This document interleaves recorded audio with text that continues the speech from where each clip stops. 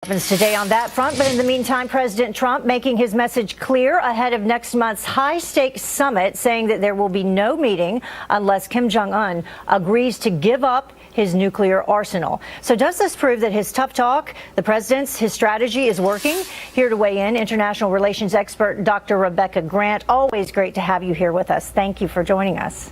Good morning, Heather. So what are your thoughts on this? I mean, this seems remarkable, the progress that has been made in terms of, now we have this meeting that's supposed to happen, and President Trump yesterday said in the coming weeks with Kim Jong-un.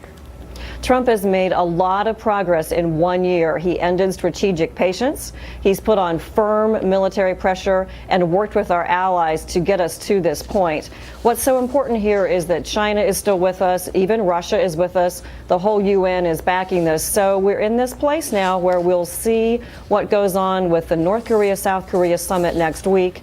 And all eyes are on making that steady progress towards the meeting with Trump and Kim Jong-un in May or June. What did you think about what the president said yesterday in terms of if he doesn't feel like, things are progressing the way he would like them to be progressing, that he would respectfully walk out of the meeting, or he wouldn't go to begin with?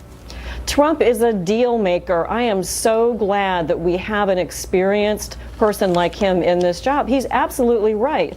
He's putting Kim Jong-un on notice that you've got to stick with the plan.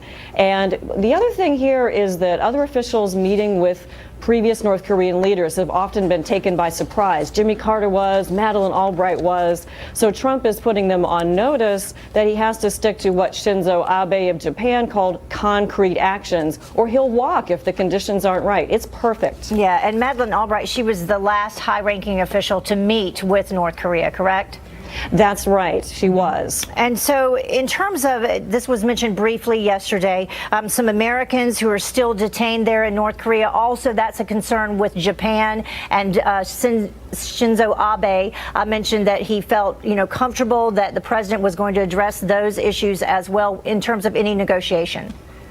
Yes, that was a very key point for Prime Minister Abe, that these Japanese nationals that were abducted, there's some dispute about how many and when and what happened, but Trump very much gave our great ally Japan a strong vote of confidence by saying he will bring that up. And that's important, Heather, because Japan has worked with the U.S. in providing a missile defense shield against North Korea for many years now. Okay, so we want to talk about this meeting that has already happened. The news came out that the nominee for Secretary of State, Pompeo, had this meeting with Kim Jong-un, and it was over the Easter weekend.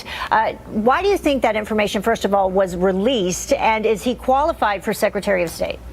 Right, and I was wrong just now when I said that Madeleine Albright was the last big official. Of course, it was Pompeo. And this meeting and the fact that he kept it secret, to me, that really adds to his qualifications for Secretary of State.